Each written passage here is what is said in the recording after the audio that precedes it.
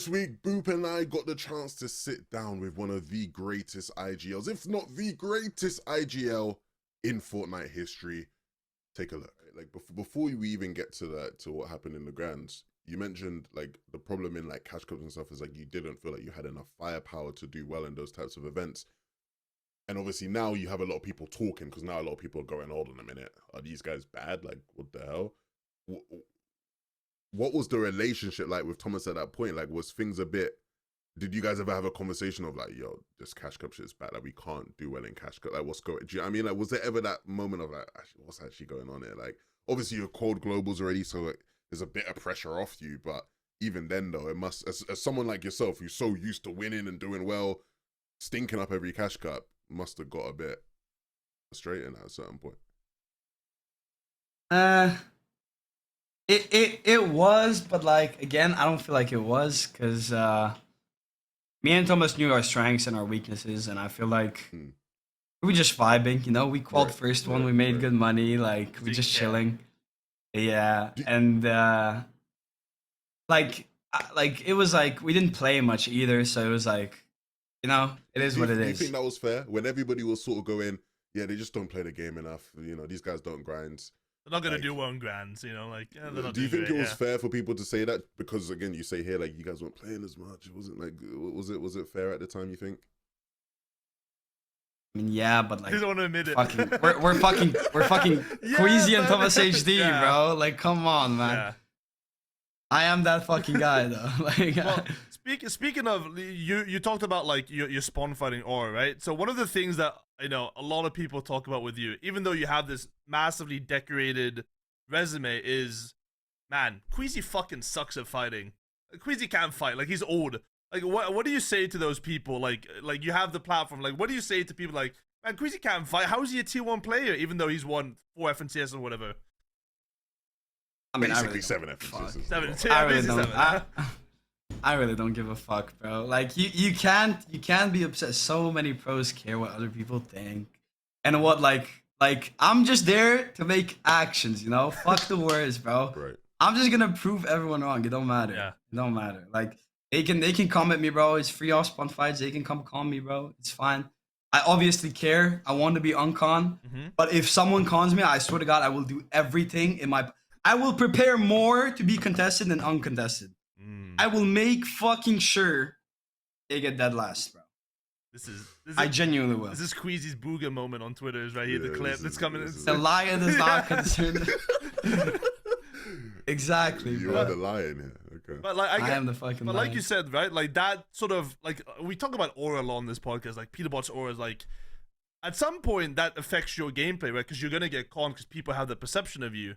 Do you feel like there's a way that you can change that perception, or do you think you're just stuck as that guy that people think just doesn't know how to fight, for example?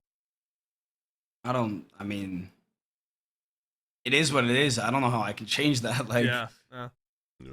I could win 3 more grands and win every off spawn. I don't think it's gonna matter. Yeah. People will still have egos, you know. Yeah. Right. Makes sense. It's a hard thing to sort of shake. I guess before we move on to the next season though, when it comes to this, obviously this was like the main season where like Harry was getting a lot of the, you know, oh my goodness, how can he say this? Obviously Thomas blocked Harry on Twitter. And that's how I know Thomas gets rattled, but I never knew Thomas like was locked in. Like I knew like you knew what was going on because you see a bunch of shit, right? But I didn't realize that Thomas was seeing and shit, and he was like, yeah, fuck, I'm blocking this guy. If we're being honest, right? Again, I think a lot of the things Harry said got blown out of proportion, and people like took a lot of things out of context. I know you watched the podcast, so you like saw it like actual in depth of what he said. And I think you even saw some of his streams at times, maybe throughout the season when he VOD reviewed you guys. Like, I want to set the record straight now. Do you think like his analysis was fair on you guys? Because I've always thought that it was fair. Yeah. No, I watched him watch our games, and like I even took some stuff that he said in there, like in my gameplay. You know, I take criticism. Like I'm not a retard. I'm very open. No, like, okay, I'm not stupid. I'm not stupid. Right. Yeah. But I take criticism. I don't like hold grudge. I don't do any of that, you know. So yeah, it was fair. For all the haters right here, Queasy himself is saying that Coach Harry was right. He was valid. Yeah, but I'm still. I'll say that. Okay, that's fine. Here's the but. But what's the but? Go on. The but is like I will always place in grands. It don't matter. Right. It don't matter. Right. Yeah. And to be fair, again, not to jump ahead too much, I think Harry himself learned that lesson, right? Because when it came time for globals, and we'll eventually get into it, so I don't want to get into too much here. When it came time for globals, Harry's one of the only people. I was the dark horse. Harry I was the dark horse. I know. I know. That gave you guys credit, so he clearly learned his lesson as well. Let's go to the next season though, because that was Nitro season where things were just bloody insane. Jesus. As someone who wasn't playing the game as much anyway, I can't imagine that season helped you start playing more. Like, I can't imagine you logged on day one and were like, yeah, you know, I'm actually going to grind this season now, you know? It's like, it was a rough season, eh? I mean, I did do that, though, because it was Nitro Fist, you know? Oh, yes. Yeah, it was Nitro Fist. I was so ready. I was like, deadside POI with good loot, cab medal, cab mats, and then just go deadside, milk surge, get all that I need, pick classy, prepare everything. Got double gloves almost every game.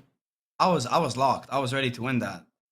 But then Epic goes, oh yeah, we're removing Nitro gloves. Like, it's fine. And we're not gonna change anything else for the past three seasons. And then 1 week before, Crash Pads are in. 2 days before, Cactuses are gone. I'm like, okay. Yeah. Damn. Because that was the season where obviously when they removed nitros and obviously the cacti were insane. You guys, your strat was literally to just go straight south. Yeah, go straight south, get to mid map, sit on the same cacti every single game, and they just take that out. And I know you prep a lot and work for grands. I guess that just sort of ruined everything for you, right? You almost don't have enough time to prep and do the work you needed to get the sort of grand result you would have wanted. Yep. No, I did so much. I counted how much brick I can make, like bases on that cactus. How fast I'm gonna be there. What happens if it's taken? Where can I go? Like I did everything. I put so much work, and then 1 day before, it's just gone. And like, classy is not a POI that you could just like. You have to fight. And then we tried fighting the bunker, but first day one, we just griefed for it. And then day two, when we went for it, the team wasn't there. They just left. They were going like right side, sky and scroll. Yeah.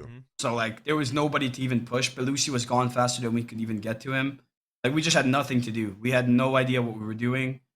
And like it was just a horrible grinds. We got like 35th from Uncon Classy. So on that day too, I remember I think you were in my stream that day and you said something like, yeah, I'm just gonna land on Nathan and CZB. So what was that with Nathan and CZB? What happened there that tournament? They were just crashing out. They were literally just going every single game. They used to loot their POI and just hit the ring, and then literally just force like if they saw a team, if they see a team, they don't until they kill them. They're not going anywhere. Like they crash pad. Okay, it fails. They fake run away. You start rotating. They crash pad on you again. They kept doing that every time. And I was like, these kids are just brain dead. Like, what the fuck are they doing? Like, what the fuck is this strat? I know that you're there. Like, I know that you're there. And then one of the games, I even calmed, like, we stayed north side, and we knew they were coming, and I calmed, like, we need to watch out for the crash pads. And then, like, literally 5 seconds after I say that, they're crash padding on Thomas's head, and they're camping the car the entire game. And we were, like, 40th already, and I was literally about to go land on them. I swear to God, like I was about to crash out. Hey man, I mean they got them to globals, mate. So I think they did. Yeah, I think they'll be happy. I think when we interview them, they'll be going, "Yeah, we had the best strat." Yeah, we shit on Queasy, man. Like we were in his head, man. Run free, yeah. It just kept working as well. He just kept crash padding. They just didn't do anything about it. It was one game. Fair enough. But it's funny though because obviously, you know that grand. I remember I spoke to you early in the year and you told me like, look, Levin, forget everything that's happening now. Major 3, we're going to be locked in. We're going to be back to Queasy Thomas going into globals. Everything's going to be fine. You get that 35th or whatever. Was there any sort of doubt in your mind there? Or again, is it still the same as throughout the whole year? Just full confidence of, look, when it matters, we're gonna show up. It's fine. I mean, like it was definitely a letdown, but like we both kind of went off. It changed one day before. There's nothing we could have done. Like it was just a dud. It was just a dud. Like nothing changed. We still got second, eighth. Everything changed one day before. Let's hope it doesn't change one day before in globals. Let's find like the perfect spot. Let's find everything that we need and just prepare for it and do the last dance. You know. So the last dance, yeah. So as a professional Fortnite player, you have come to expect this sort of shit to happen, right? Is there any level of preparation at that point where you're like, you know what? I mean, just like globals, like we almost had jetpacks in globals apparently, right? Like, you're like, you know what? In case this happens, we gotta have this level of preparation just in case, or just like, I have faith in Epic. They're not gonna ruin this tournament this time, right? I mean, what can like you could prepare to a certain amount, but like you don't know what's gonna happen. You really don't. So it's like you gotta have faith in Epic as well. Yeah. Like me and Thomas, we're preparing no jetpacks for like the whole Season. when they were in the game. Yeah, we didn't play with them once. Like we just didn't touch them. It was like the game is so easy with jetpacks. You can do whatever you want if you have them. Mm-hmm. And if we get them, we don't even need to prac with them. Like we don't. We just need to prac without them. And then if they don't get removed, then we know what to do when we don't get them because we won't get them from the spot that we were landing at. Yeah. But if they get removed, we're winning. Like I think so it was like Peterbot did the same thing, right? Pretty sure. Peterbot did do the same thing. They had games but they were like pracking about it. Yeah, but I feel like everyone knew that like they were going. They were too broken. Like if Nitro Fist went, jetpacks had to go. Yeah. Like they had to. I asked you that. What made you guys pick that spot? Because I think a lot of people saw you guys decide to land that research rock, and naturally, again, a lot of people did the whole thing of like, it's bloody Queasy and Thomas HD. This don't look like a Queasy Thomas HD spot, right? Mm-hmm. Everybody is expecting you guys to land that the big boy POIs with the best loot. You know, you got to land that. You know what I'm saying? It's like, obviously, again, if you know about Comp Fortnite and you like analyze the game, you know that's a good spot, right? It's a spot that we had actually talked about on the podcast a bunch in the season before because Voltiax and Cool were landing there. And a lot of people kept going, why are these guys hyping up this mid shit? Like, what the fuck? So then obviously you guys end up going and picking that spot. What was the sort of thought process there? I mean, we were gonna like it was either that or Classy the season before. Because we wanted a dead side spot, and like we were thinking of going that bottom right as well, but Classy just had more loot. It was like 7 more chests, more faster metal, everything. If Cactus had stayed, it was faster to get to a Cactus than the bottom right spot. We knew the spot was fast, and we knew how like good it was, and everyone was underrating it. And then also I wanted to play Olympus because it was no mobility meta, and we knew that Olympus, like the strat that we did in season 2, it was gonna be kind of the same thing. But yeah, we wanted to play Olympus, and then but we didn't want to get force split again, you know. Yeah. So we claimed Olympus at the start. We had an uncon, and then we started getting landed on Brazil kids, and we knew they were not fighting us. Like they were force splitting the PO. Yeah. And I was not taking half Olympus. I was not playing with half Olympus.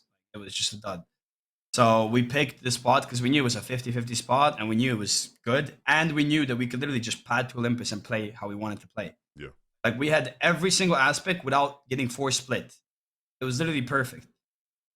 We picked a spot. We prepped, like we conned, but the kids decided to leave the other spot to the graveyard or whatever.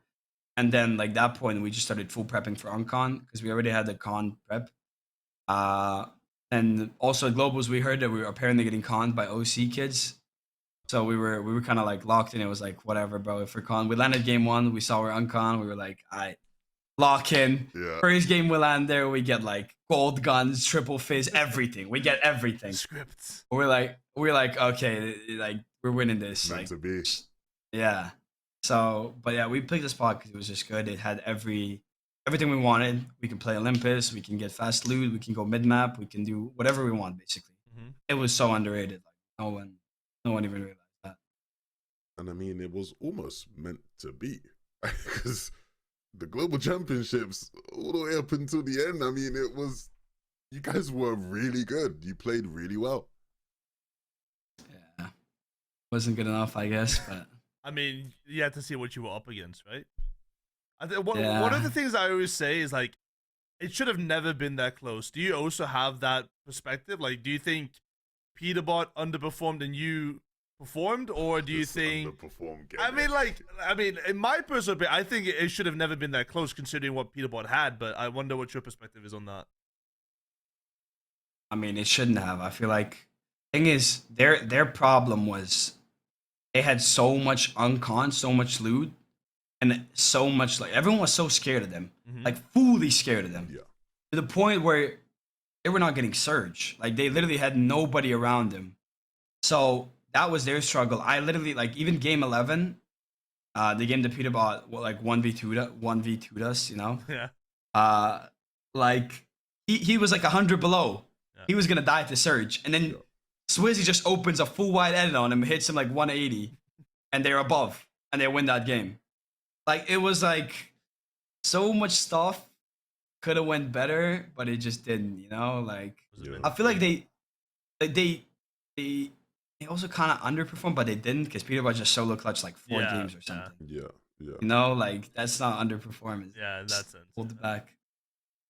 But yeah, I mean, I think we performed really good as well. So like, it's just... I specifically remember like seeing you vodding after day 1.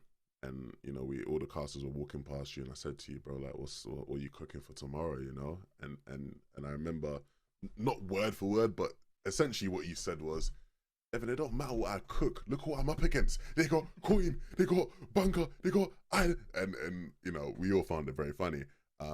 But then the next day you rock up, and at one point you're in first place. Like, you know, it was really in your hands there. And of course, yes, they have some things go their way. Like you highlighted with, you know, games where they're under search, they managed to get a bit of damage here, whatnot. Was there any moment where you really felt like, one, I have this, like, we're going to really win this?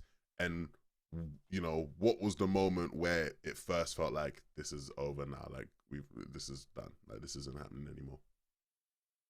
I mean, the very last game, we thought we were gonna win, but like after that, I think it was, what is it, game 2 or 3, when we went to first. I don't know if it was 2. I think it was 2. Yeah, it was 2.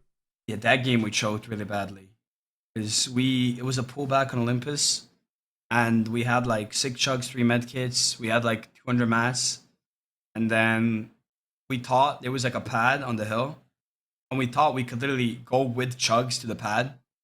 We started running in storm, and then we realized it's like way too far. It's too far, yeah. And we fucked up, and then we just died to storm, and we got like 6 with 0 kills, and that was like our win. Like we literally could have wrapped around right side, chugged up, went in, got a refresh. We would have won, or like at least top 2 that game. Yeah. We would have been so far ahead, but we dotted that game. We were still in first, but we kept locking in, and also the game after that, we had like where we jumped in on the team, and I got armored off.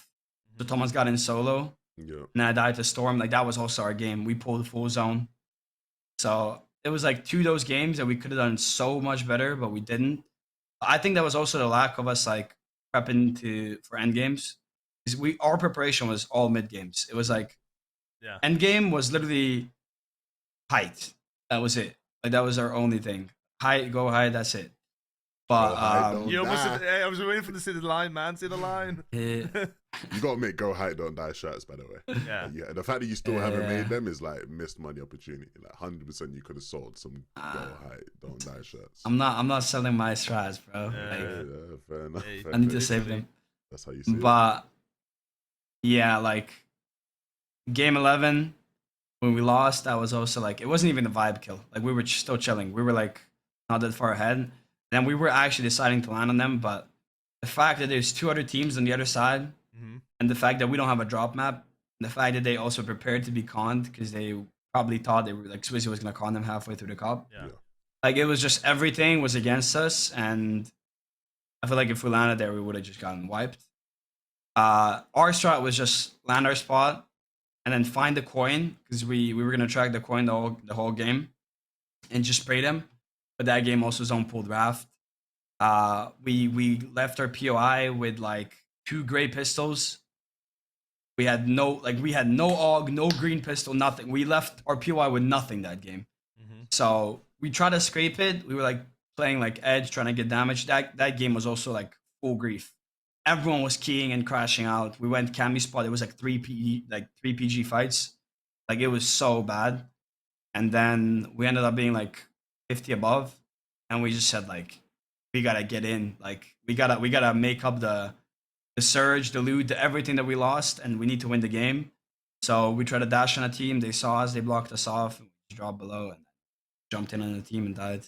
Yeah. So I know a lot of people look at that point total difference and like, yeah, it's like a Peterbot dominated 150 points, but like that last game in your mind, you're just like, it's do or die. This has to be the kill we get, otherwise we're just not going to win, right? Right. Yeah.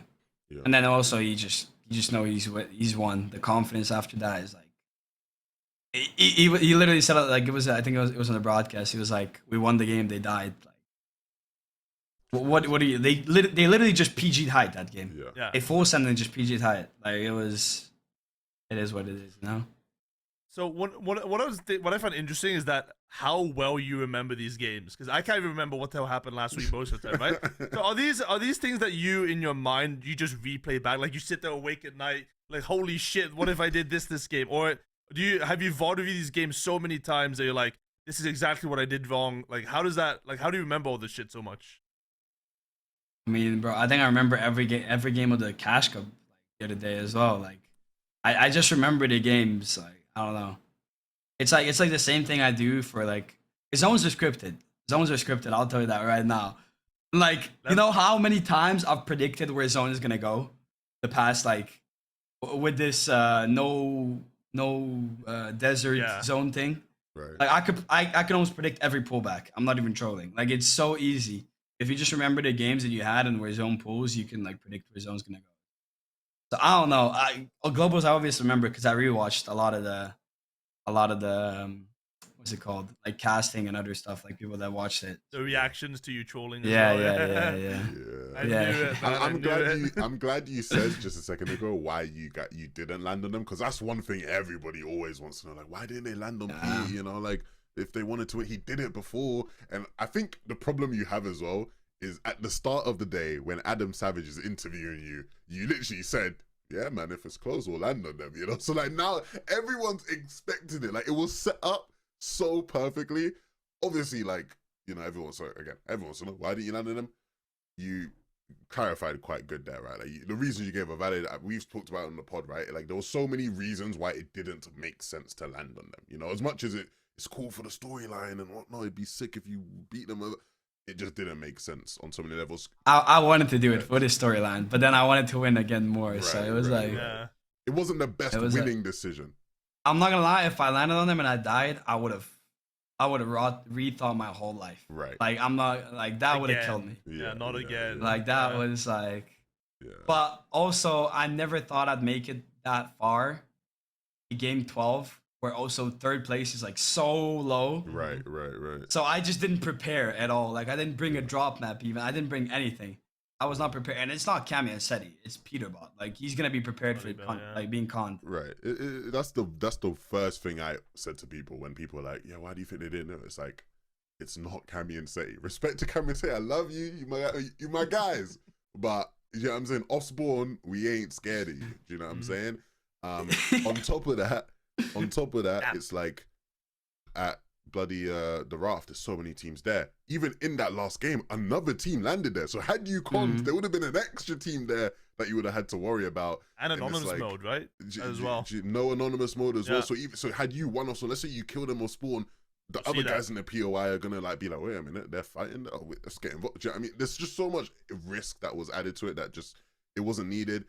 The fact that he had already had some bad games earlier that day, so there's a chance maybe if you guys play out your game and win, maybe they have another bad game. Like there's so many other ways that things could have gone right for you. Again, it was the best play for the storyline. For the broadcast, it would have been the best play. For winning the tournament, it wasn't the best play you could have possibly made. Which yeah, I mean the fact that also it was last game, they were first by 50 points. Yeah, I was like, surely someone just takes this as an advantage and goes for the forecast. Like, they're not gonna grief their 30 for the forecast. Like, someone please go crash out on the forecast. Go show that you're not scared and go take it. Peterbot will literally leave it. But then on the map, we see the coin. We see them kill Trashy. We see the coin go forecast, take it uncon, then go to bunker, take the bunker, then go island and get island. And we're like, bro, we're sitting here like 50 above with great pistols. Like, come on, man. Like, it's just cooked. Like, we need to make a play. Yeah, understandable.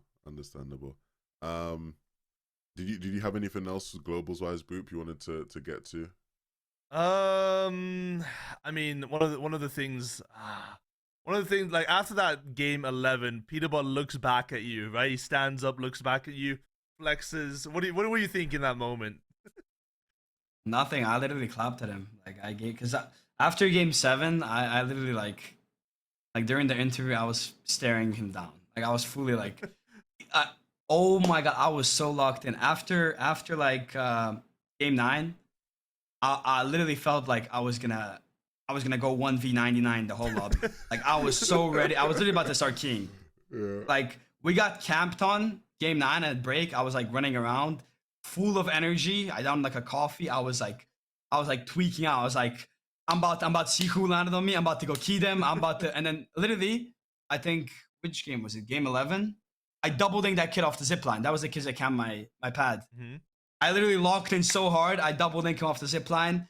I kill him. I get that. I was like, I was so locked. So, like, I was trying to like pressure Pete as well. I was trying to get into his head the whole tourney. I was looking back at him, and then like after game like 11, it is what it is, you know. Yeah. This guy's too good, man. Yeah. So fair play. So you obviously have your 7 FNCS wins, as you say. Well, where does this Globals rank amongst all of your tournaments, right? Like, you've won a few FNCSs. Like, how proud are you of this Globals performance compared to some of the other wins you've had? I mean, I'm very proud. It's like, thing is, that was like, I think that was like one of the first tournaments that I was like, this was so fucking fun. It was actually so fun. Yeah. Like, you know, after game 12, it was done. We got second, and we were just watching Pete, and Thomas was sitting in the chair, and he was like, bro, let's play another day, man. Let's play another day. Just get like, let's play 6 more games. I want to play. Like, Thomas never wants to play, like, bro. Yeah. Like, I was like, genuinely though, this was the most fun tournament I've ever had. Wow. Like, it was like insanely fun. So yeah. On that note, it was really good. I didn't even think about like the performance because we were just playing. I'm telling you, we were literally just vibing. Mm-hmm. It was amazing. But we need more lands, man. Yeah, we need more lands. We do. Yeah, we need more lands. I'm a different animal at land. I said after, like, if I was you, that's the angle I'd start going for now. Like, I'm just like the land king. The land you know what I mean? Yeah. Yeah, I'm like the online. Like, cool, you guys can say what you want to say about Queasy online and these shitty FNCS mages, whatever. In land, none of you can chat to me. That's what I'd start, you know, going if I was you.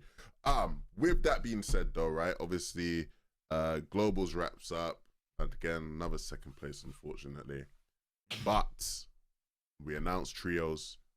The return of trios are coming back. Obviously, you won, you know, a bunch of FNCSs playing in trios, right? So a mode that you have some fond memories of, I'm sure.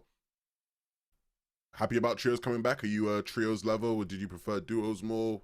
What was your sort of thoughts on that announcement? I love trios. Trios are more fun to me, I feel like.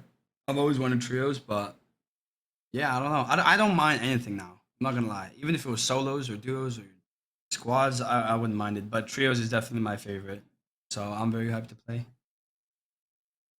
Speaking of trios, you've got a bunch of trio options, and you know, you had. I mean, this is the question. I mean, we'll speak about your current options right now, but one of them, obviously, is the obvious one, is Thomas HD. You know, Thomas looked at you at Globals, wants to play more, but you're not playing with him anymore. Why? Well, obviously, trios aren't locked in yet, right? Like, you're still probably trying out a bunch of different people, but one of the names that hasn't been mentioned in your tryouts, as far as I've seen, is Thomas HD. Why is that? It's like, I feel like me and Thomas together we love to play with each other, but we're both very like mentality wise not the best, you know. And then again, I don't think we have enough firepower. And I really don't want to have another season where we're not calling cash cups. Mm. So I feel like cash cups is everything for conditioning, learning the meta, and everything. So I feel like me, Veno, plus another insane fighter, which right now we're playing with Big C, is like the perfect combo. So that's what I'm trying out right now. But of course, like you said, it's like still 3 months till trios, and we will see. It's interesting because again, and I know Thomas is your guy. Thomas is my guy as well. And anytime I speak about Thomas, he's like, "You're just a hate 11." So he's gonna be searching for any opportunity to say that I'm hating on him. But when you say you don't feel like you guys have enough firepower, I think a lot of people still think of like Thomas is a crazy fragger, man. Like, what the hell? Like, of course, you know, he was crazy in the Monarch and Globals, man. He's hitting everything. He's doing so much damage here, left, right, center. So when you say you feel like you didn't have enough firepower, I think a lot of people would hear that and go, "What? Like Thomas is a crazy fragger though." So even though he's older now, and you know, older players usually are just a bit more washed mech. So it's like, what is it there that people maybe don't understand about how Thomas is as a player today, or like his style of play? What is it that people are missing there? I mean, I rate Thomas as a fragger, like you said, but like to a certain point where he wouldn't just go and like full piece someone and like two tack him or whatever, you know? Right. Like he's more of like smart player. Like if you watch his solos, he will not lose a single 1v1. But his play style is very smack on a wall, hold shotgun, go on a different wall, hold shotgun. Like it's very like slow paced, and you make sure he wins that. You make sure he wins the trades and like all that stuff. But I feel like for me, I need someone that will be like getting in, and I can help him like and support him from the side, you know? Right. Because if we're both smacking angles and they just have like it's also armor wall meta, and like they just expand multiple boxes, and if we're playing it slow, it's not always gonna go our way, you know? You need a quick So deader is what you need. yeah, Can't lie. yeah, basically. I 1v1 Thomas like last week in creative, and he was mad quick. But maybe it's just I'm just slow. That might just be you, bud. Yeah, That I might think be you, it's just yeah. a me problem. It's just a skill issue, you know. I was wondering. I was like, fucking hell, this guy's. I can't see him. I literally was 1v1 in the guy. I literally couldn't see the bloody guy. No, I think that's fair, and I think when looking at who you've been playing with and trying out with, like guys like Pixie, Wox, etc., these guys, I think it's clear that like you sort of need these new gen like crazy cracked kids. I think for Thomas is like where he is now as a player, he's still very reliable as someone who's going to be able to get damage and shit, you know, in grand finals. Like Set you trust lobbies, him to, and set lobbies in grand finals, you trust him to do the job, right? But again, like you said, he's not one of these crazy cracked kids that's like full piece in everyone insta. You know, he's not the kind of player now where people are saying, does maybe Thomas cheat? You know, back in the day, people were like, maybe this guy cheats, you know. It's not that level anymore, right?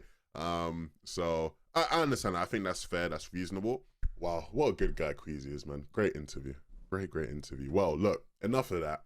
Let's get into the part of the show everyone really enjoys. It's the part where you guys, the viewers, the listeners, can get involved in the show as well. It's time for the top 5 game. And this week's top 5 is very special for one reason and one reason in particular. We had a comment a couple weeks ago. I can't actually even remember the app. And this particular commenter was disgruntled with the top 5 game. And he essentially said, can we finally get a top 5 game where Peterbot isn't the winning answer? Right? Just fucking cry, baby. Shut up. He's your GOAT 11. No wonder you put him top 1 in everything. All right, bro. Anyway, I thought that was interesting for a couple of reasons. One, it's not my fault Peterbot fucking wins everything. You know, of course he's at the top of all the stats. Like, what am I supposed to do about it? But just for you, we have decided to get a top 5 game that wasn't centered around Peterbot, and this is what it actually is centered around Peterbot. Yeah, Peterbot can't be one of the answers because this week's question of the week for the top 5 game is: which players have Peterbot? Can't bloody speak English. Which players has Peterbot eliminated the most in FNTS finals this year? Interesting. Glazing Peterbot again. Okay. Look, I just want to add, this week's question of the week is brought to you by Prodigy Analytics. Shout out to Prodigy Analytics at Prodigy Analytics on Twitter. Go check them out. There's a big caveat though to this week. Because there's only 3 of us here, because Resub is unfortunately ill. Prayers for resub. Get well soon. It's a bit of a Mickey top 5 game, and so I've decided, as the supreme ruler of top 5 games, we're gonna go crazy with it this week. What's happening?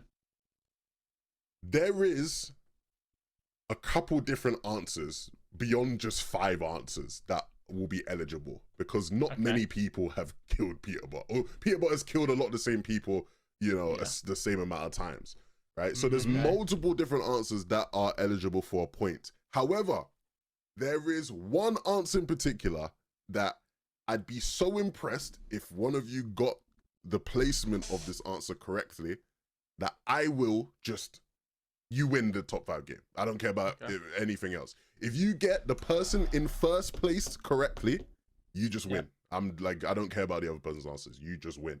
So think very carefully about who you're going to put in number 1. Some would argue that it's not too hard to maybe think about. Well, maybe it is. Maybe I'm just throwing you off the scent a bit. So I've got 4 already. I've got 4.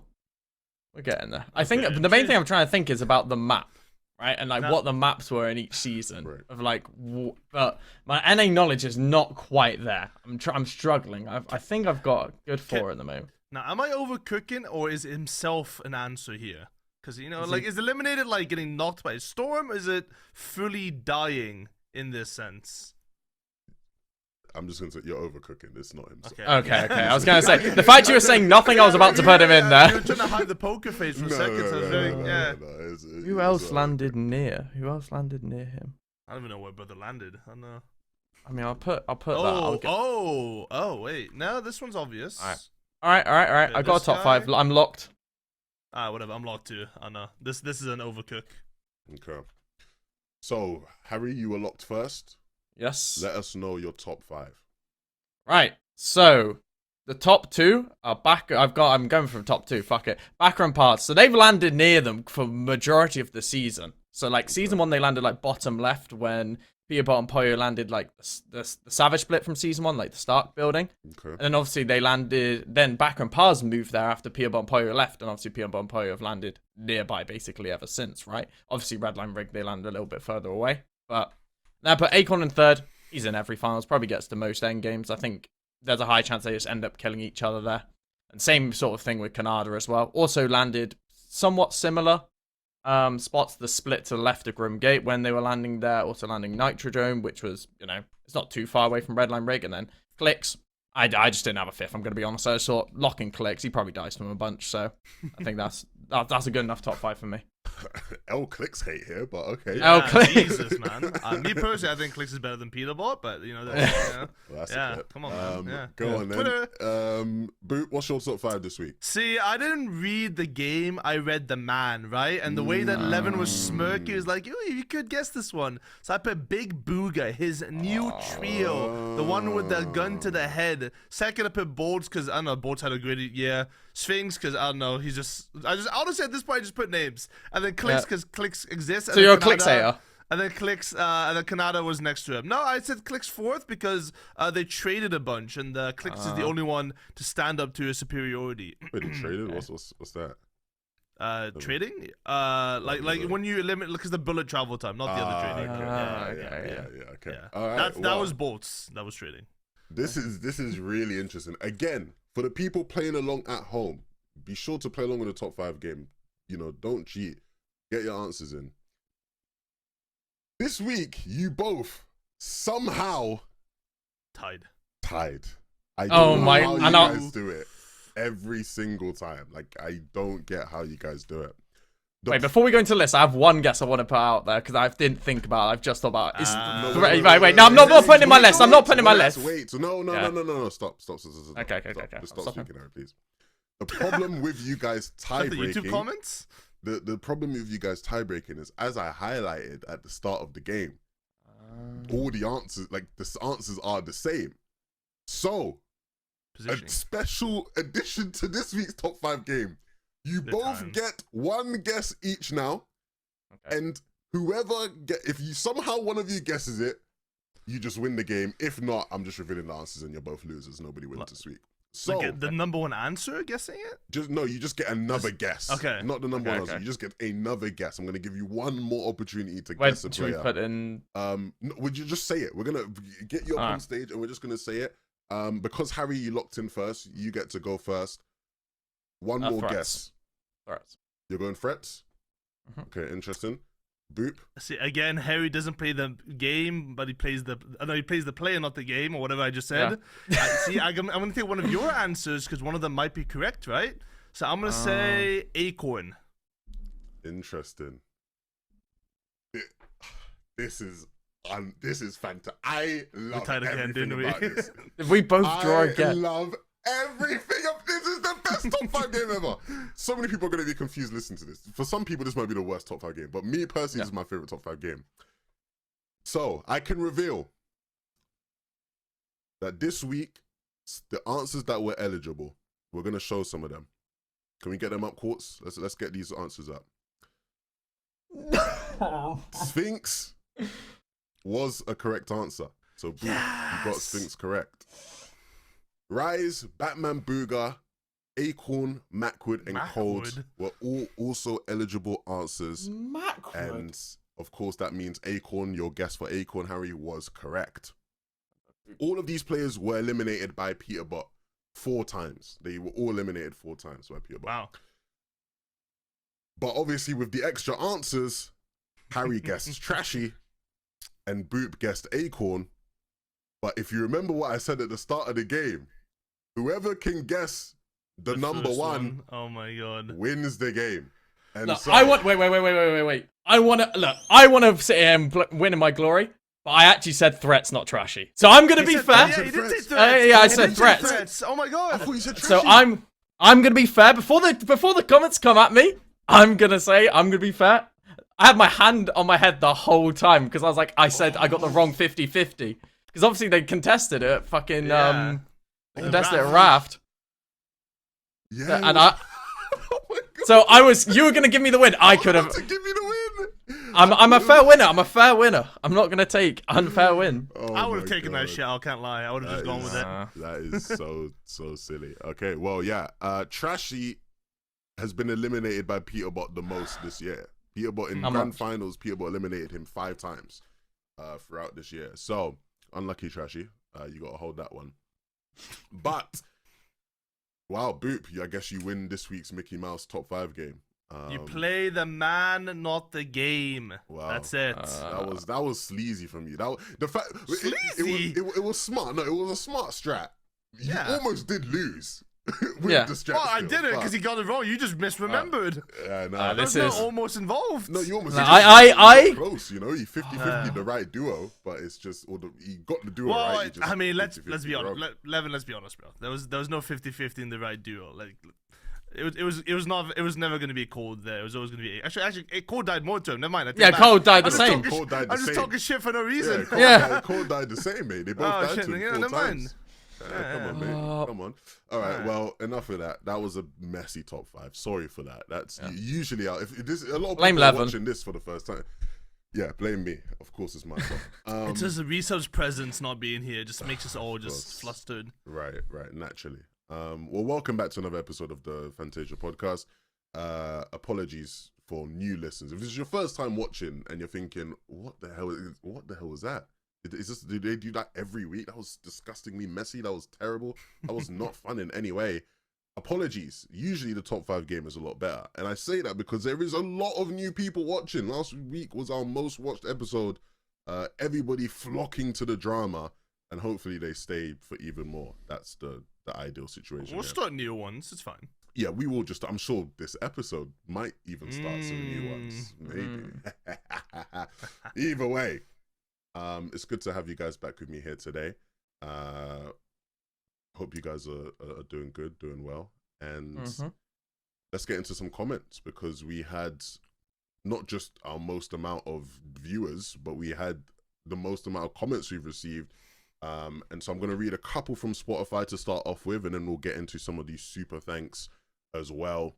On Spotify, we had somebody say, "Can you tell Boop I said Gudenavond and tell Boop And Boop, tell them your favorite Dutch snack for the Dutch lesson of the week. Says Pre2. He said goedenavond, which means good afternoon or good night. Goedenavond. The same pronunciation, Yeah, really. I feel like I've just heard it. Yeah. Goedenavond, yes. Favorite Dutch snacks, Dutch food. You gotta go with the classic kaas soufflé. What's a kaas soufflé? Yeah, It's basically cheese that's been like kind of breaded with like a sort of thing, and then it's been deep fried. And you eat that shit. You get it out of a little vending machine out the wall. And then you eat it. Cheese, fried cheese, bang. Oh. Interesting. All right then. Goedenavond.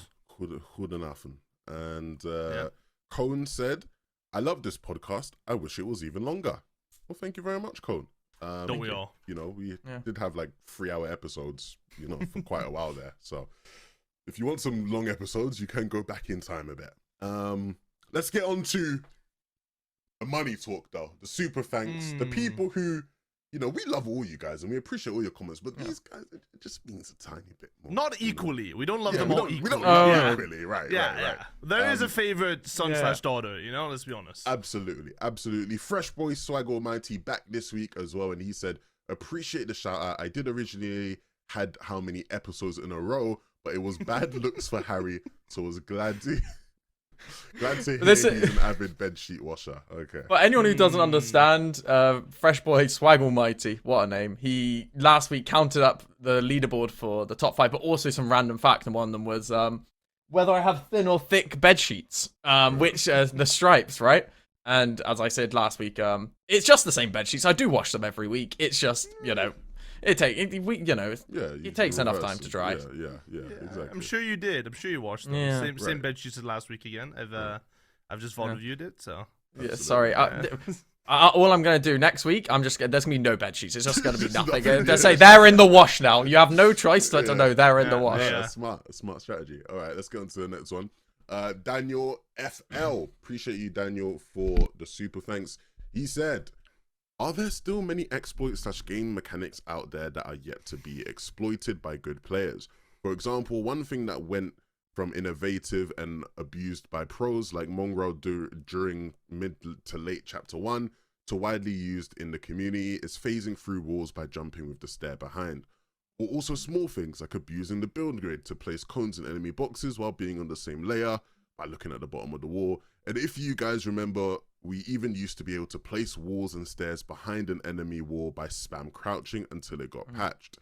One detail in Fortnite that could maybe get used and abused by pros in the future that could significantly be different in size would be the size of the right hand peak. So he's basically saying one thing that they could change is the size of the right hand peak windows of edited walls depending on the material type. Would love to hear your thoughts. Thanks for reviving FNtasia on Hotline FN. It's very nice for the comp community." Thank you very much, Daniel. Are there any exploits that people aren't tapping into as much? There's one that goes by 3 letters. Have you heard of the DMA? I think it's a really good exploit. All right, bro. Yeah, we do not promote. We do not condone cheating, obviously. Yeah, obviously not. I'm pretty sure he means that the windows are. I swear windows are different sizes depending on the material type. I'm pretty sure that's Pretty what sure he's they saying. Yeah. Which is something not, I guess, a lot of people actually recognize. But yeah, I'm pretty sure they are actually different sizes. Oh yeah, depending on what you have. I fumbled how I read it. Yeah, he's saying that. Yeah, you're right. He's saying that is the case. And could it be abused more? It's actually ironic that Reese. Oh no, is it ironic? I don't know. It's interesting that Reese isn't here because he just made a YouTube video talking about the peeker's advantage, right? Which is one of the things that something that you as a casual player probably don't really think about, but like. When you're running to the left of a wall, then you're not going to be shot as much. But if you're running into the wall, then you'll be able to shoot much earlier than the other person, right? So the person jumping into a peak is able to shoot way before the guy that's looking at you jump into the peak, basically. So stuff like that is done, I guess, at a relatively high level. But I mean, we wouldn't know the exploits if they were common, right? Like if the pros are probably doing stuff, but they probably don't want to tell us. Exactly. That's the whole thing, right? It's like if there's exploits out there that pros are utilizing, no one would know. Because, for example, we had a long period of time where you could replace walls by looking north. You know, that was a long the north exploit, which was a long period of time where people knew about that, right? And no one knew, right? Apart from certain pros. So I think there probably is certain things like that. Like if I'm thinking off the top of my head, like things that could be exploited is obviously think about tournaments like low elo exploits. You know, seeing people consistently get into low elo games, consistently dropping bombs. You know, those have always been around, like elo manipulation sort of tactics and trying to abuse those in tournaments. But if there are pro exploits, we'll find out when we find out. You know, probably once Resub makes a video on it. So. Yeah, it's interesting, like that type of thing. I'm guessing that Daniel sounds like someone who has been in Fortnite for a long time. Maybe he's just coming back, right? So obviously he's mentioning FNtasia and Hotline FN and bringing them back. That's how you know he's an OG in Fortnite comp space.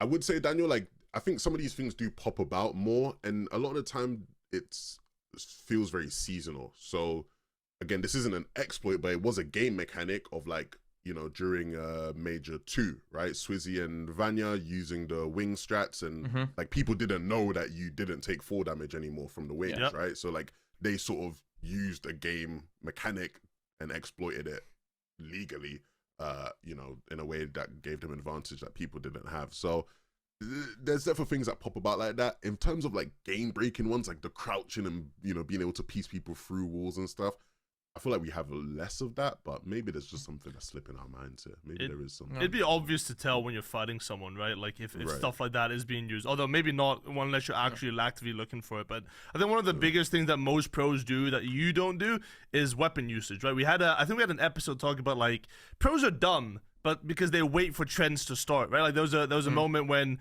nobody used like the pistol, for example, but then we had that Queasy Veno season where they used the pistol on high, and I was like, well, yeah, that makes sense because the pistol has high fire rate and it destroys cones very quickly or whatever, right? Like stuff like that a lot of people don't recognize until it's actually been done. So I think the biggest thing, if you're like a player that wants to, I mean, I don't know if you're a player or you're just a viewer, but like if you're a player that wants to do, is like try out the different guns, because you know a lot of the time people don't give it a chance. They just see we're using the Gatekeeper, okay, but the Sovereign might be really good, for example. So stuff like that. No, 100%. And to be honest, Epic, as much as they get a lot of slack, they are quite good at getting rid of game-breaking exploits. Like most game-breaking exploits I can think of now, like off the top of my head, is all the flying exploits with a bunch of different mobility items we get every single season, right?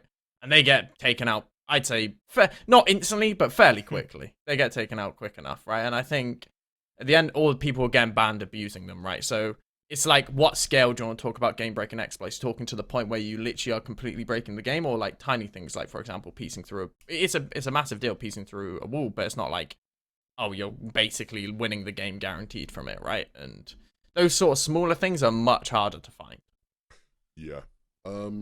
I wouldn't be surprised if those smaller things do exist, though, especially like, no, of course, yeah, on like a lower level, like early game stuff. Someone's looting certain things, and you know, there's things like that for sure. Yeah. But, thank you, Daniel, for the comment. Appreciate you very, very much. Hopefully, we satisfied your curiosity. Let's move on to the next one then. JKC back again, and JKC just said, "Skibbity reload cups, man." No comment. That's it. That's all. Ohio. Yeah. Yeah. From the crown to the ring to the screen to the from the king. Oh, we're gonna get copyright. Yeah. Let's stop this now. Let's stop. Yeah. Let's chill out on that one. If you don't know what we just referenced, that's very good. You Congratulations. You don't know. Yeah, you should be happy you don't know. All right, but for this week's Victory Royale, number 1 goes to at KL.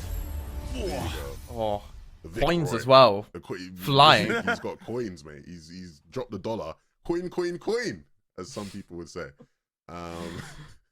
If you get that reference, then that is good. I don't think it's a good reference to get, but I mean, I think so. I don't know that one. Okay. KL said, thanks for the quality content. Keep up the great work. I have a couple questions. Assuming there's a FNCS Globals in 2025, how many teams do you think will qualify from each region, and how many per season? How many do you think there should be? If there were a Fortnite World Cup Trios game mode, which countries would be the favorites? Thank you. Is this legal? 4 questions in 1 comment? I mean, I mean, it is $20. It is $20. Okay. yeah, it's $20. We're gonna have to review the footage soon on these. I can't lie, but Yeah. I think what we can do is, Wait. yeah, he's found the exploit. 4 questions is crazy. Okay. Let's answer his questions. Yeah. Let's answer his questions. So how many teams will qualify from each region? I think as soon as Triers got announced, I tried to figure this out on stream because it's like, how do you split it up? One of the things people try and say is obviously, you know, if you think about OC and OC, for example, as a region, they get 8 players, right? They had 1 duo in the first 2 majors and then 2 duos in the last major, right? But then if you do 1 trio per season, you actually get more players from OC, right? And people who are, they're pros who are like, oh, well, that's unfair. OC's dog shit. If OC have a season where there's no global championship qualifiers, that's unfair. So I can see you shaking your head, Boop, but it is unfair. No matter what you think it is, right? We're not going back to World Cup where we have like people who are getting first and not qualifying, right? God. Yeah. The alternate weeks. Yeah, alternate weeks qualifying. Yeah. We're not going back to that. But it's something along the lines of like, I think for like EU and NA, it's around like 12 and 10 or like 10 and 9, something around that range each. And then the other 4 regions, Brazil and Asia, should have the same. And then I think Middle East and OC should have the same of like one per season sort of thing. Mm-hmm. I hadn't thought about that. Yeah, this is likely to mean we have more OC players, despite the shocking results of the OC players. Hey, they got a top 35. That's groundbreaking stuff. Shout out to Resigns and Damo. Shout out to them. Yeah. Yeah, that's interesting thing to think about, I guess. We'll see. Who knows? Maybe they do change some stuff up with the nature of the majors next year and how people actually qualify to globals. True. I don't think anyone would be opposed to that. So I say we just let 1 person per trio qualify, and then you just kind of get the best of the best going from OC, you know? And we do that by damage stats, because that's all that matters. So whoever has the most damage stats, each global just qualifies. There you go. Yeah, makes sense. I guess the second part of your question would tie into that as well. Most I think the same. The one thing I want to add to that is what I want OC and Asia, right? OC, Asia, but you can add Middle East into this. All these 3 regions, they all get their own sort of qualification to like a final stage, and then like the top like 10 from that stage qualify to globals. So it's like you basically have a minor region qualification to the global championship. So you have like an extra stage from them. So you get the best out of the best, you know. So technically you'd get more people for, say, for example, from OC qualifying to like a LAN stage, but they wouldn't qualify to the global stage potentially because they're a worse region. So we're doing all that just for them to place bottom 10, or what? No, we're doing that to get rid of OC is what we're doing. We're doing that so we can get rid of OC and all the Asia and Middle East teams can take their spots. Yeah. Seems like a very expensive path to the same sort of result at the end of the day. Yeah. The reason why is because I think if you think about those smaller regions, the opportunities to go to lands are so few and far between. Like, I think there's so little opportunities, and I feel like having that smaller stage where, obviously the ideal world is to be able to like merge the fucking regions, but obviously that's not logistically possible. So you would have to do it in some sort of capacity like that. And as you said, it would cost a lot of money, but I think it would help out those regions where you have a bunch of players who are getting top 3s in, well, we talk about the OC prize pool, right? You win every single tournament in a year, you make 25 grand, right? And that is like, at that point, it's like, well, what are you even competing for at that stage? It's like, having that smaller stage could help the scene a lot, potentially also with like the cheater situations in OC and just the griefing situations for practice. Why would a lot of teams practice that hard if there's no opportunity or a realistic opportunity for them to qualify to globals? I think there's something to be done there. Yeah. But they're still shit, so... in terms of best countries, it would probably be America, right? Like, that's probably the easiest one to put out. I'd say it's probably going to be a battle between America and probably, like, Serbia or something. Like, Serbia doesn't have many players, but it has some of the best players in their active categories. I mean, ironically, we had Queasy on the podcast today, but, you know, I'd say those are the 2. Or Poland. You know, Poland's always a good shot. Fortnite World Cup for Trios mode. I mean, I think we're due doing this at some point. Like, I think we used to do this in chat. There was like a period where third-party tournaments did this for duos, right? Yeah. I feel like these sort of tournaments are always fun to watch because, well, you get to support your country. Like, there's no other feeling like it, right? Nothing like a bit of nationalism to Britannia, Britannia all the way. UK is not top 10ing. I'm sorry. I don't That know about that. CZB and Nathan, get them in. CZB, Nathan, Venno is. Wait. In trios. That's actually a cook of a trio. CZ. The Netherlands definitely ain't top. No, Netherlands are Don't cooked. worry, bro. I know. Don't worry. I'm tapping into my Asia side. You know, like what? Okay. Yeah. Right. And they're still top 10ing. I'm still not convinced by that either, to be honest. I mean, there's not even an Indonesian region in Fortnite, unfortunately, so it's not possible. I was just looking through like Gamepedia PR just to like have a quick look. Obviously, if you're going off country, Germany, like if Flixie Video Reason, Jazz, whatever combination you want of those. Obviously, you have Ukraine where you have Vanya, Pings, and then it'll probably end up being someone like Hizix or someone like that. But there's a lot of countries you get. I think Sweden would low-key have a cook of a team, no? If you had like what, Pixie, Wox is Swedish, right? Pixie, Wox, and then who'd be Wolvax.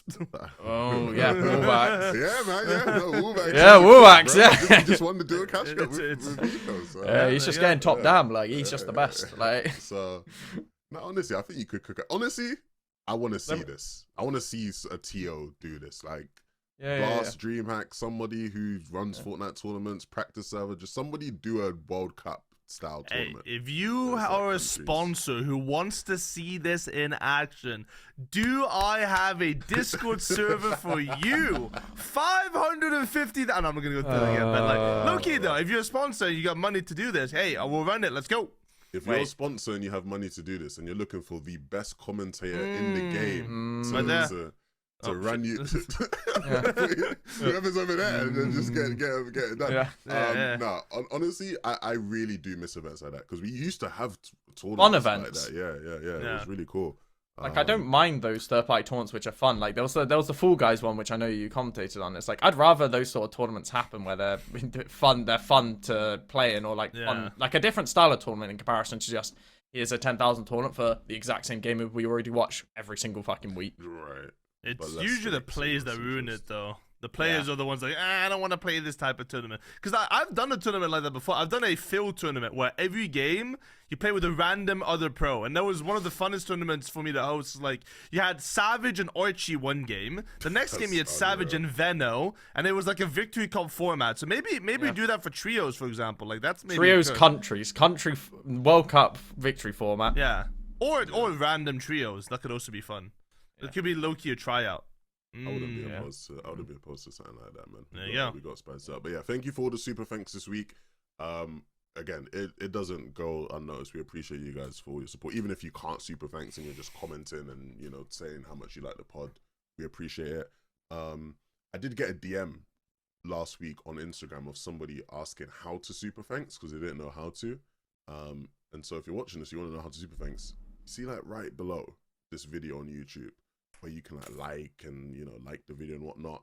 If you move over one from the like button, it's the dislike button. But then if you move over once again, it's like a bunch of other waffle. And then the super thanks should be there somewhere, like 2 over. So if you want to leave one, feel free to. If you can't and you don't want to, it's perfectly fine as well. Take your mom's credit card, open it up. No. That's what you don't do. That's what you don't do. Yeah. All right then.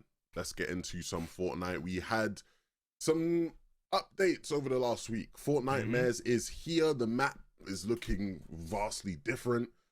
We got some new items in the loot pool.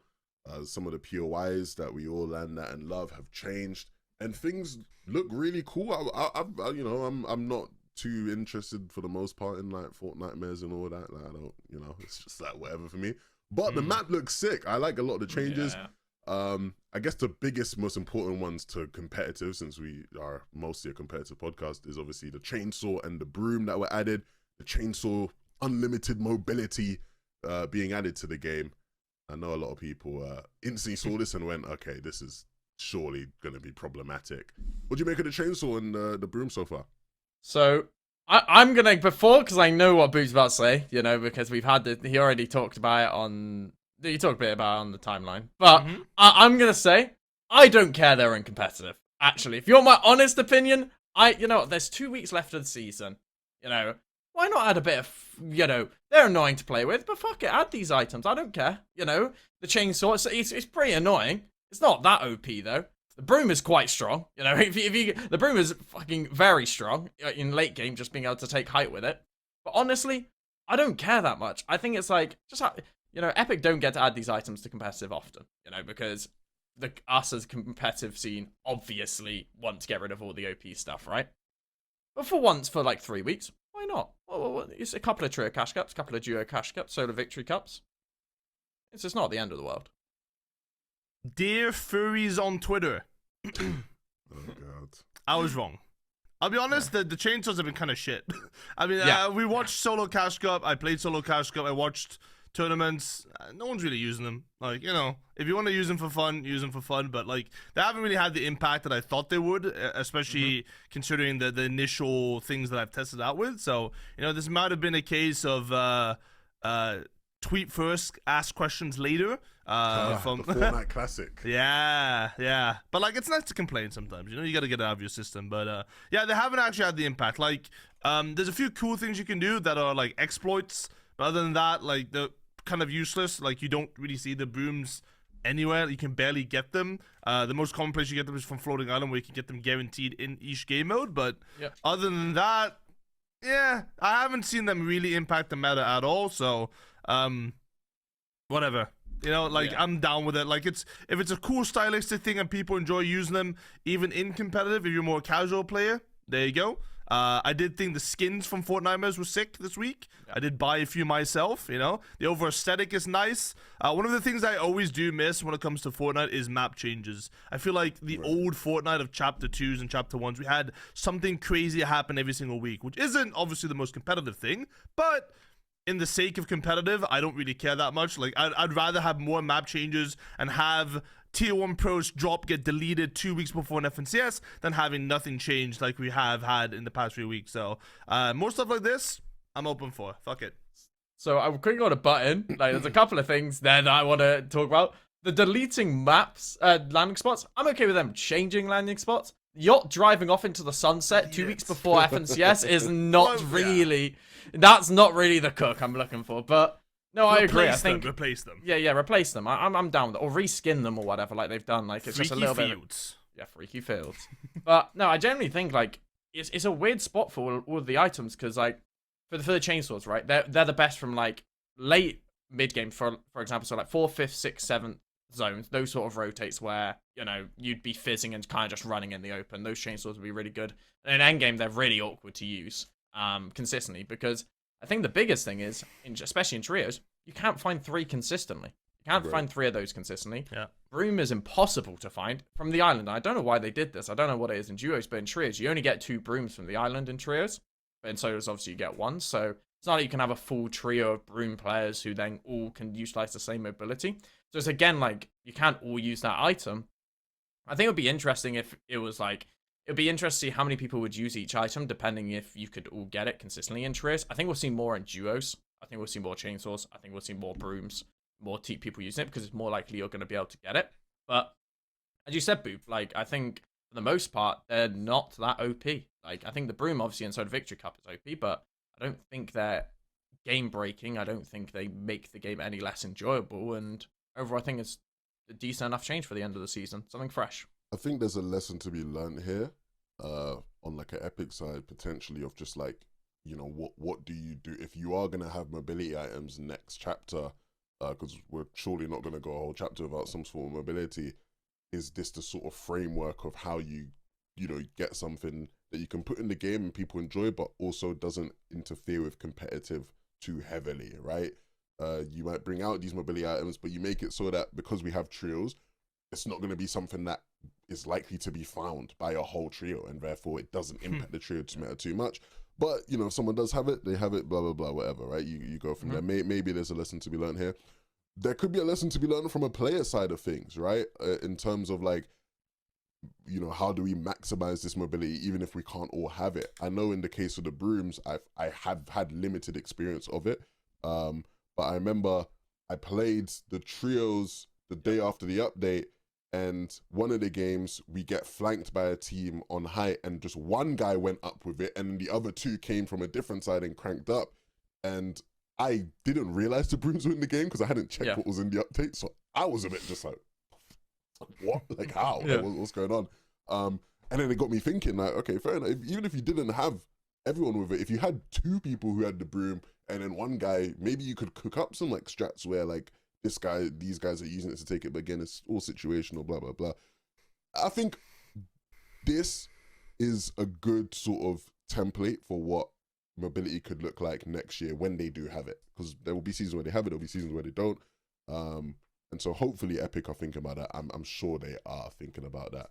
And like you guys said, in general, the changes, like at the point we're at with this season, who cares? Like, you know, Globals is done. We've had a bunch of tournaments. I will say though, I love it personally, just especially the map change aspect of it. You're right, Boop. Map changes just feels like Fortnite. That's, you know, the Fortnite we all fell in love with. I remember watching so many like YouTube documentaries of people trying to break down why Fortnite was so successful. And one of the biggest things everyone always used to be like is like, no other game can compete with Fortnite and how much content they're putting out. They're changing the bloody map every bloody week. Like, you know, it's revolutionary. Brawlers, Island Brawlers, like the picture of Brawlers, if we can get that picture up of Brawlers background, like adding all these vines that you can use to like just get through Brawlers now, and like it just looks different, it feels different, it's fun to play with. I think producer Quartz fell asleep because it's no picture there. Grim Gate as well looks amazing. Like the red color, I said this to you, Harry, when I saw it. They should have never had Grim Gate be green, because the red just looks fire. Like it looks so much better. It looks so much more grim. Demonic. Right. Grim Gate, this ain't Grim Gate. Grim Gate looks grim now. Like it really looks grim. Oh, look at this. that. Oh, I think with the purple as well, it looks sick, doesn't it? I felt like it all just kind of works. It looks so nice. And yeah, on the Brawlers change, it's like they haven't changed the whole POI or removed it. They just updated it so it feels fresh to land there. Right. You don't like. There's so many lessons to be learned about this Fortnitemares when it comes to competitive, right? I don't really think there was a change that I felt like was completely game destroying. I think there's also like the cool things. For example, like on the Mount Olympus statue, there's a pad on top of that pumpkin. There's a launch pad, so you can get from there to Grim Gate in one pad, right? And it's like there's cool things like that, and it's like these aren't game breaking. They're neat little things you add to the game which make it feel a lot better. And on the point of mobility, right? Because there was a point I wanted to make quickly before we keep going on, was make risk reward mobility.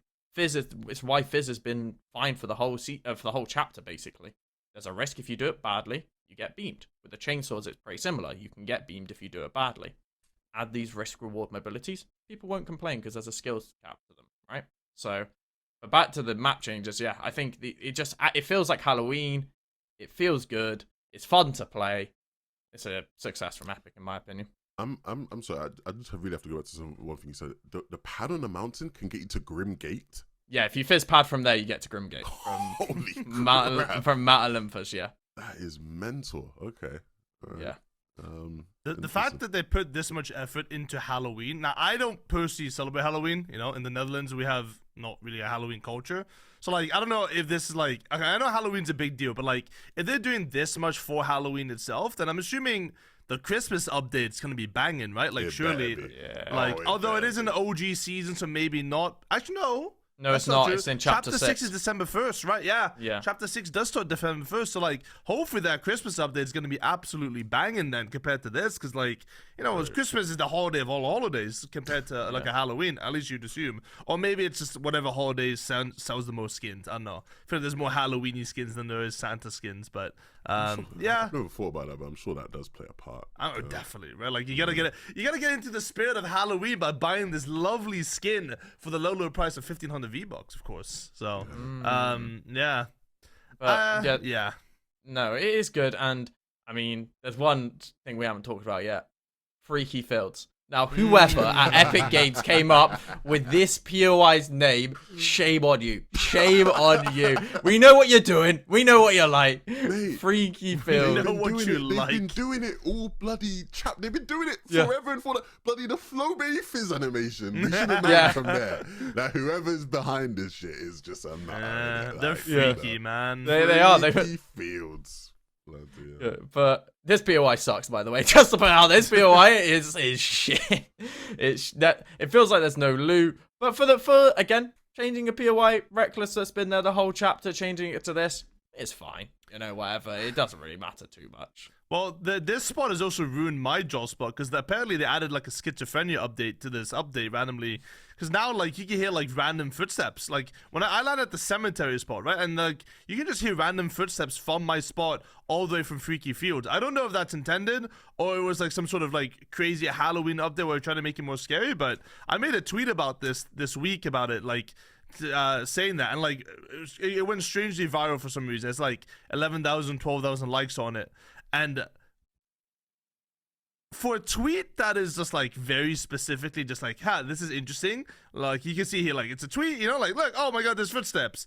But like the amount of hate I got for this tweet is unbelievable. A little bit off topic, but like I have never seen so many casual players angry at me for nothing. And the only reason why, if you're wondering, why did I get hate for this tweet, is because I built too quickly.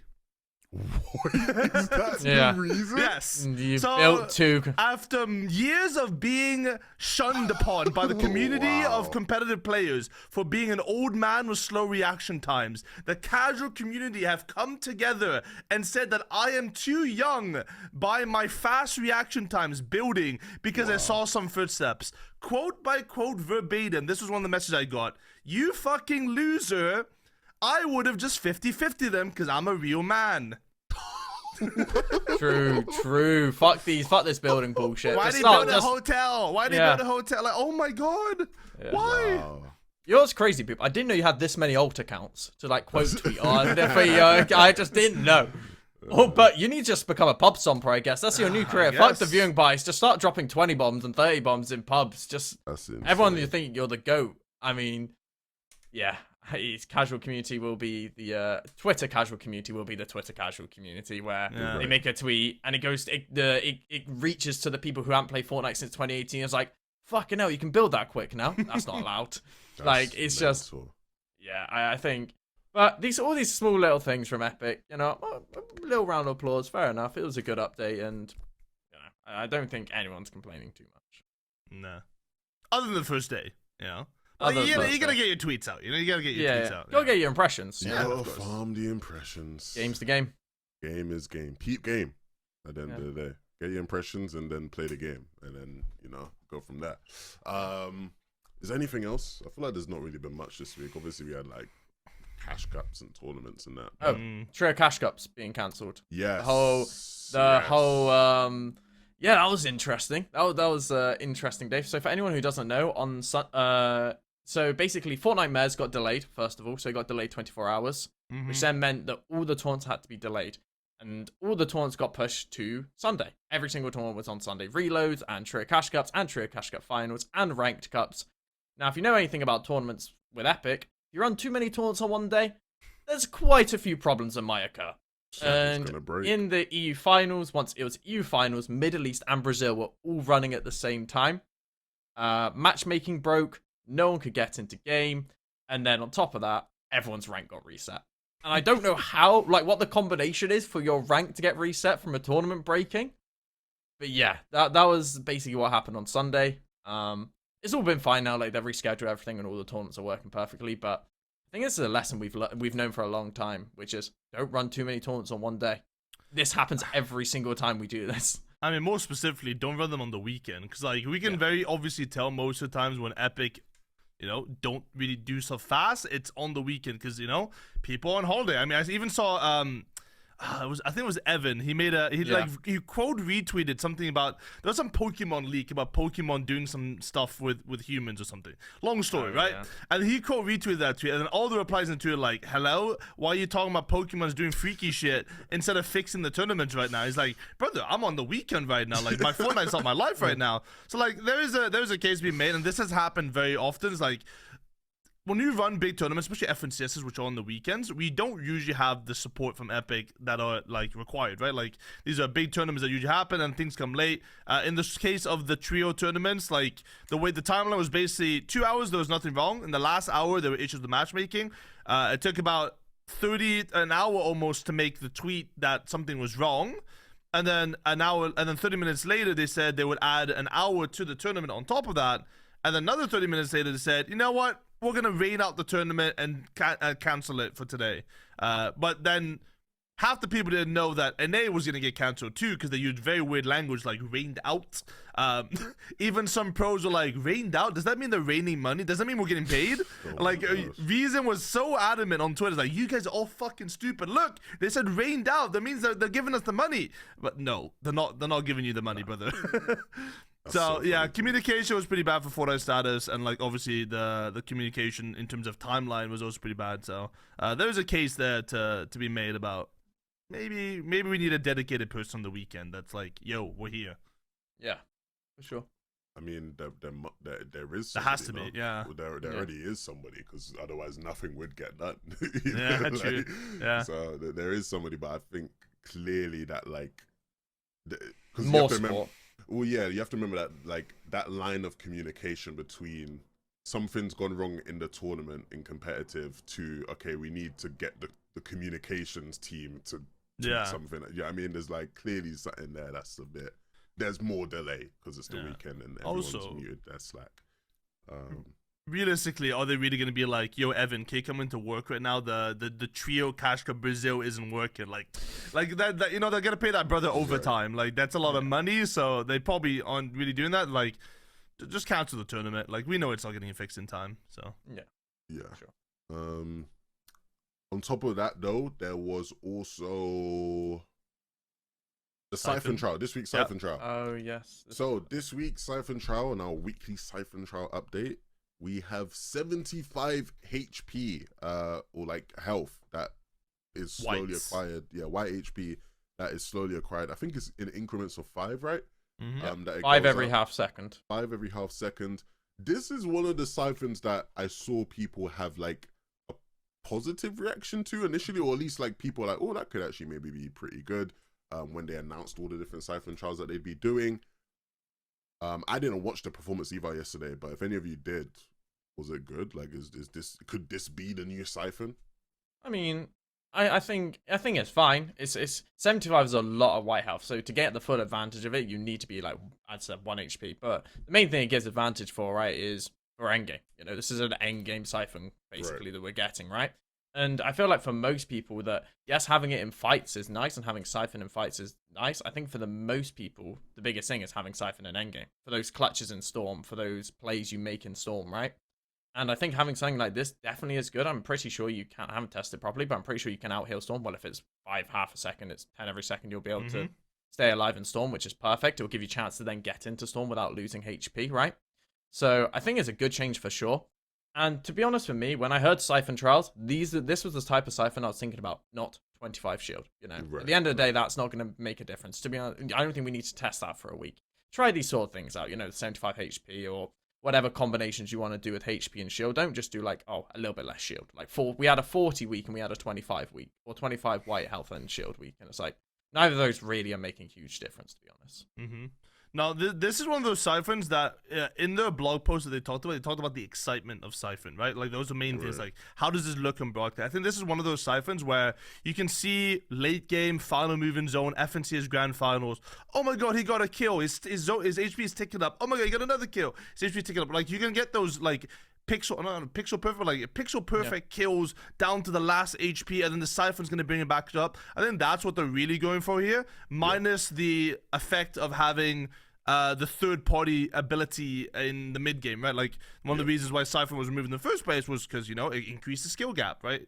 The good players don't have to heal up as much, and they can't get third-party by worse players. So in this case, if it's only white HP and only sticking up very slowly, it's not going to have that much of an impact on the mid-game. So in terms of overall effect of this, I think it's one of the 2 likelier ones they're probably going to implement, because they don't really like Siphon. Otherwise, they would just have it. So I think it is an interesting one. The main thing that I saw yesterday, I didn't watch Eval Cup because, but the majority of people just fucked up the mech kits. You know, like, oh, I canceled my mech kit. Oh, I canceled my mech kit, which is one of the main things when you add new Siphon. I would wish, though, that we had a bit of shield on this one. Like, maybe you cap it out at, like, 150 HP, right? Like, you get 75 and then 50 shield maximum, but it can't take you over 150 HP. Like, that would be a nice in-the-middle type of thing. Because we're very obviously missing a slurp effect Siphon in this Siphon trials, right? We have 50 HP, we've got 40 HP, we've got 25 shield, 50 HP, 40 shield, 25 shield, we've got 25, 25, 75 white overtime, and then like 50 white or something. But we're very obviously missing that 75 shield / white overtime in the slurp effect. So maybe something to potentially consider, because we got a lot of time left next year. You know, we got a few months left, so why not maybe add another one? Who knows? Yeah, I think what you said there in terms of it being like one of the more likely solutions makes sense. I think like this one is probably like the perfect balance between the people who wanted Siphon gone in the first place and some of the reasons they would have had for wanting it gone, and then the reasons certain people had it back. Because that's always the biggest reason people are like, we need Siphon for endgame clutches. Like always the #1 thing, you know? So like, oh, hey, you get your endgame clutches now. Don't complain. Careful what you wish for. We've Yeah, given you exactly. Endgame clutches, you know. So that's what you get. So yeah, we'll see where this leads to. I'm gonna play around with it myself. And by play around with it, I mean watch, because I ain't getting no endgame clutches. No. But yeah, I'm you know, this seems like an exciting Siphon trial compared to there's 2 weeks left. So we have for the last 2 weeks 50 health, no shield, and 25 health and 25 shield. So realistic. Yeah, so, and the week before was only 25 effective health. I wondered which one it was. So, realistically, like, I feel like a lot of these we already knew the answer to. And I feel like this is the only real one to me. Maybe the 50 health, no shield straight away are the only ones where they're kind of pushing the boat out, trying something new, sort of thing. And I think, yeah, as you said, like you both said, this is the most likely solution. I wonder if they're going to continue Siphon trials, maybe into chapter 6. You know, we have that period at the start of every chapter where obviously people are testing the new map and everything, but there's never tournaments, right? There's never tournaments until January most of the time in the new year. That's fine. Have a 4-week period of just a few more Siphon trials if they want to test a few more out. I think that'll be fine. No one would really complain about it too much. Yeah, I'm done. I wonder. I mean, I don't think there'd be any more Siphon trials, but I wouldn't be against it. We always say we want them to test more things. And if you guys have an interesting idea for a Siphon trial, put it in the comments below. You never know who from Epic might just be reading their FNtasia comments. So, you never know. You never know. All right then. I think that's gonna wrap it up here for today's episode. I would ask you guys what you're getting up to this week, but not too fast. So nice. Yeah. Me neither. I won't ask you either. Yeah, no, just, don't think anyone cares. So yeah, goodbye guys. See you next week. Right. Peace. Peace out. Bye.